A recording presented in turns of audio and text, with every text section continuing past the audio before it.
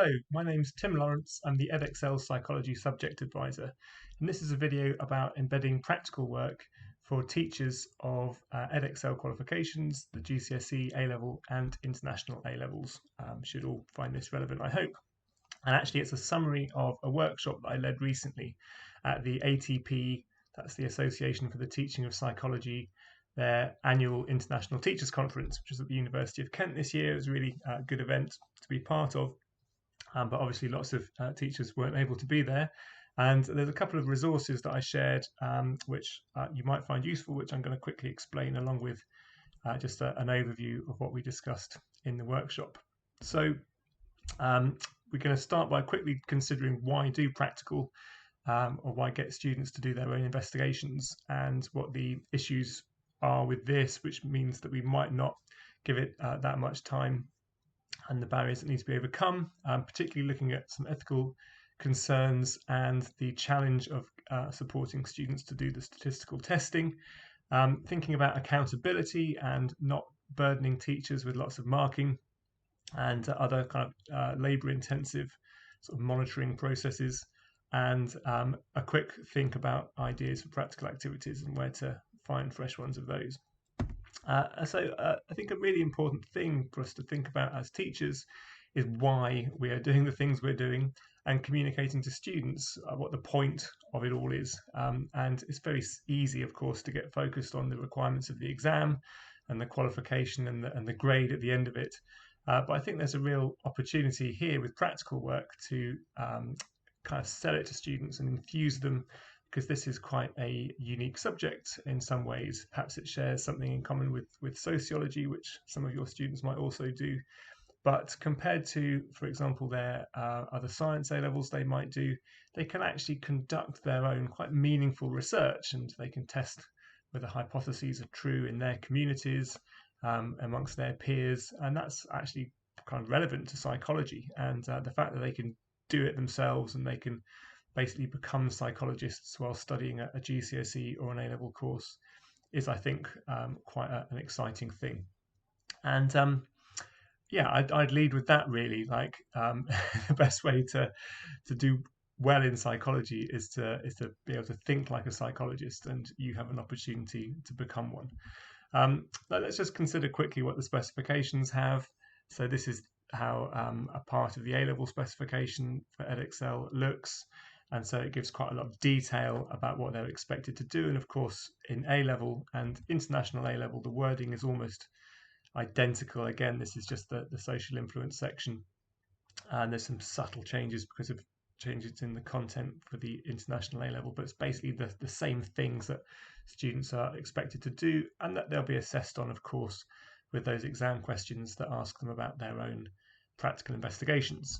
For GCSE, if you teach that, of course, you don't have that, and so there isn't quite the same requirement.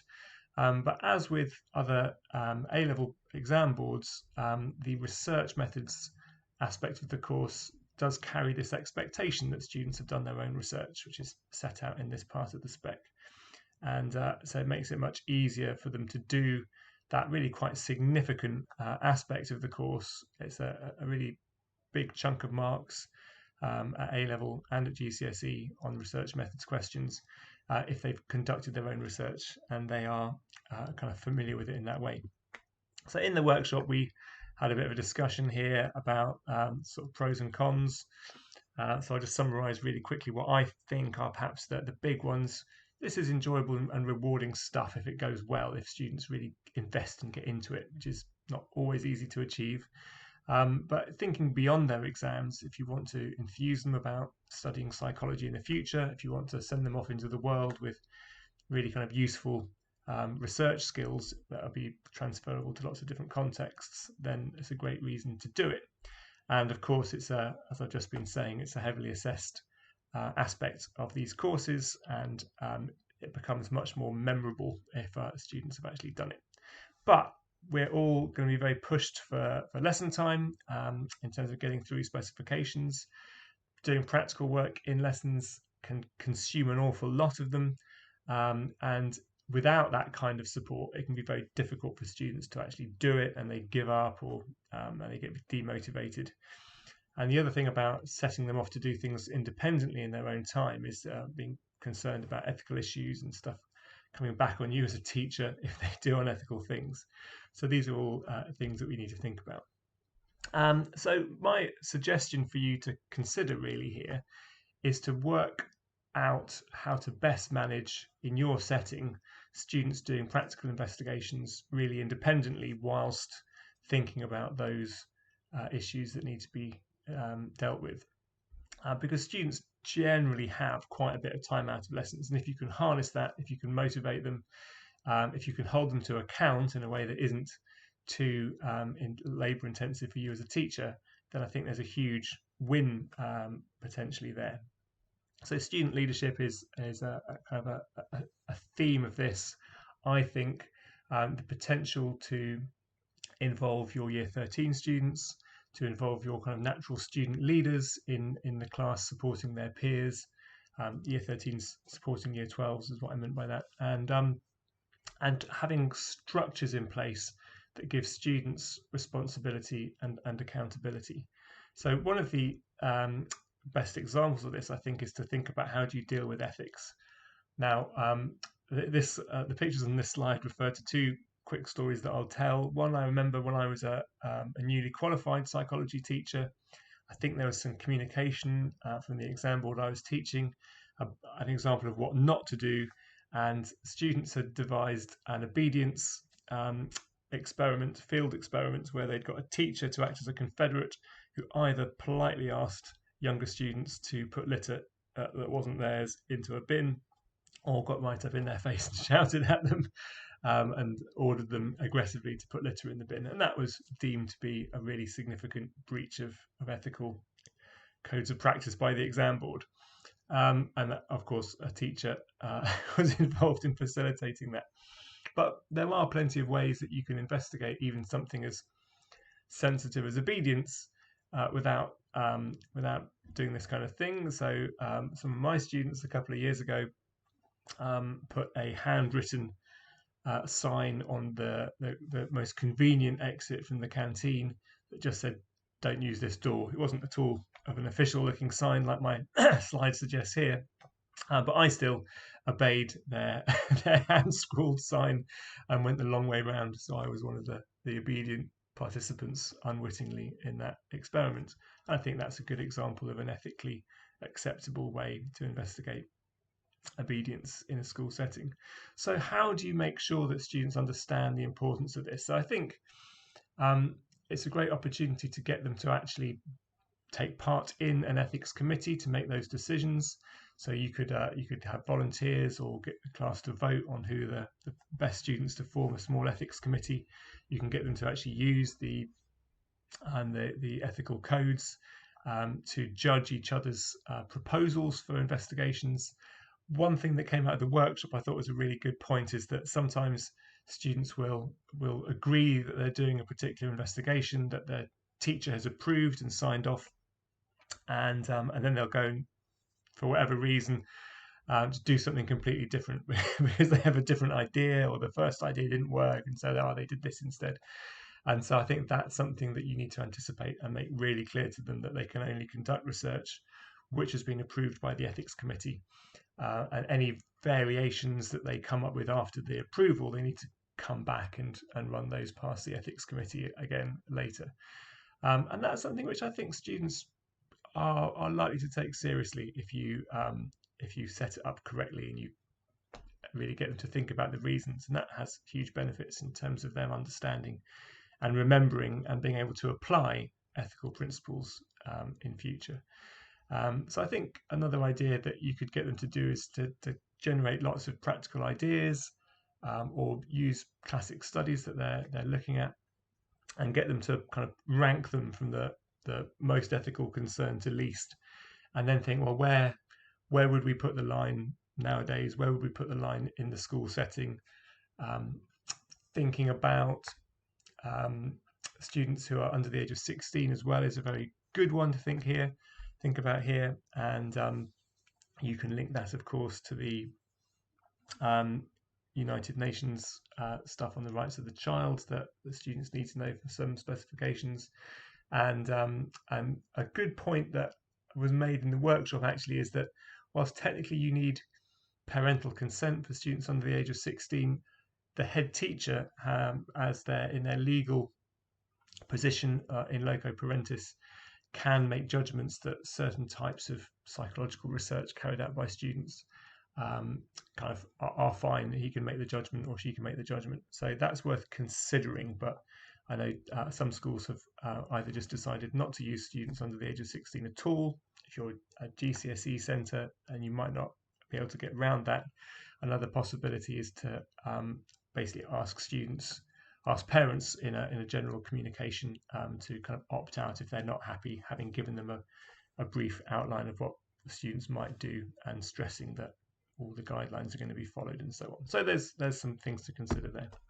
Now, statistics, I think are potentially a really challenging part of this, but again, a great opportunity to get students to really think about the statistical tests and engage with them if it's about their own work. And I wanted to quickly show you here a resource that I made a while ago. It's an Excel workbook, and it has tabs down here for 4 different tests for the UK A level. I think for international, you don't need to worry about the Man Whitney, and you don't need to worry about this for GCSE, of course. But just the things to explain about this, there's data already in there, so you can kind of see how it works. It's just the white cells with data in that need to be updated or changed.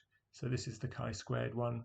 If we delete it, all these other cells will go blank. You've got this, which is a sort of screen grab from an Edexcel A-level paper. So that's the table that they will see. And then you can put your own scores in here. And it might well be that for a chi-squared test, you only use 4 cells, so you can just delete the other columns there, and it'll give a value for chi-squared, and then you can look that up in the table. And the other sheets work in the same way. Now, obviously, they need to learn how to calculate these things for themselves, but my view is that if they can quickly work out the answer, then that is quite satisfying.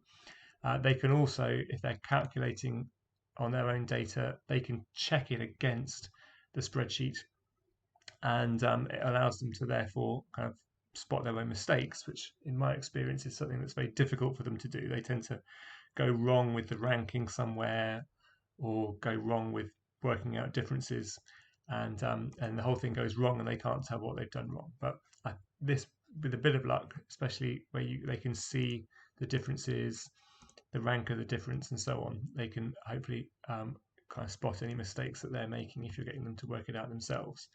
And I think just using this kind of tool when you do practical work in lessons, like a memory experiment, for example, can also kind of bring it to life and really help to kind of embed thinking about statistics and graphs, medians and critical values and things like that.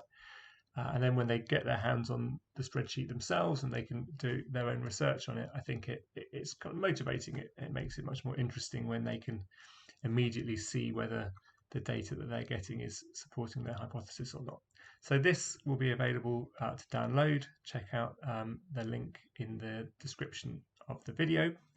I'll just go back to my presentation. So those are my answers really to the questions on screen there. And then I'll just quite quickly talk about the idea that I presented around accountability, and this is about authenticity, I guess. It's about not just doing work for the sake of the course and the exam, but giving students a bit more of a meaningful reason to engage with this. So something I've not tried myself, but I'm keen to in future, is the idea that you could actually produce a journal with students writing up perhaps just one of their studies in the course of the year into a proper journal article, and then just publishing the best ones. And that means that you can have a peer review process, perhaps year 13s acting as a peer review panel for the year 12s, and they judge whether the article is kind of ready for publication or does it need amendments. and they might accept some and reject others. Now, you might not choose to do it that way in terms of valuing all of your students' work, but I think actually if they know it has to be good to get published, and then you actually share a PDF of your journal at the end of the year with your community and things like that, then it can raise the profile of your subject. It could be a really good thing in terms of recruitment, and it could be something that really motivates students to work towards. Now, they're not going to be able to do that for every practical they do, but it could be that you get them to do quite small scale investigations. You maybe just call them pilot studies, which allows them to cover all the practicals in the course, but then they take their favourite one and they kind of write that up properly at the end of year 12 or however you might choose to do it. That's an idea I'd like to explore. Something I did do, I have done a few times in the past, which has been really successful, is having a conference where you can invite other psychology students, members of staff, other members of your community potentially, and have students presenting academic posters in a hall. And the idea of an academic poster, I think, needs to be explained to students quite carefully, because their default, of course, if you tell them to make a poster, is to start doing really nice bubble writing and do a lot of work on the presentation. So I'll show you this, which again you can download this PowerPoint presentation. Check out the link in the description. And I gave them a very simple PowerPoint, and I said, don't change the font, don't put background images in, don't put any images in, just your graph. It's just basically like an academic report or journal article, but printed off on a series of PowerPoint slides, so you can then stick it up on a big display, and people can come around and look at it, and you can talk to it and explain your investigation to them. And it actually worked pretty well. So the idea is that they've got kind of instructions embedded in these PowerPoint slides, and they just change the text. So they write their own abstract, just a slide of introduction with the background theory and so on, aims and hypotheses, the method, the results, summary statistics, the key data from their inferential test, a simple graph summarizing it, and again just a slide of discussion. And then this is an example, and again you can pause this if you want to read it. I'll just skip through, but this was quite a good one which I saved, where students did a really good idea. I'm not sure where they got it from, if it was theirs, but the investigation was looking for a link between low mood and comfort eating. So they got participants to do a mood questionnaire, then offered them to help themselves to some Maltesers to say thank you at the end, and then they recorded how many Maltesers each person took and correlated that against the mood score. So really nice one for discussion. So just to finish off then, we did talk a little bit about ideas for investigations, and I won't go into these in detail now, but I think you've obviously got the suggestions that are in the specification for Edexcel A-level and international A-level. There's other good resources available on the BPS website, and I think the Research Digest is a great tool to direct students towards, just to help them get a really good understanding of current interesting psychological research. There's a link which I'll put in the description of the video as well, here, to the Very Well Mind website's list of practical ideas, which is quite good. There's a really interesting one for biological, which, if you haven't come across, is worth looking into, to do with lemon juice and introversion and saliva production. And a quick plug for the component guides for A-level, where there are quite a lot of extra ideas and suggestions and useful information about practical activities. Quite low down, they're quite long documents, so you have to perhaps search within them, but you'll find good practical tips in there. Oh yeah, here's one more thought about ideas. Again, biological can be a little bit harder to do, but this 2D 4D ratio is associated with exposure to androgens like testosterone before birth, and really I wanted to make the point that whilst experimental work and observations are quite ethically difficult often, and you do want students to have experience of doing those, actually they can do correlations and content analysis research on almost anything that they can that they can imagine, and that's helpful to bear in mind when you're talking to them about generating ideas, I think. So there we go. That's a link there which I presented in the workshop to allow you to download those resources, but you can of course just look in the description below. That's it for this video. Thanks very much for watching.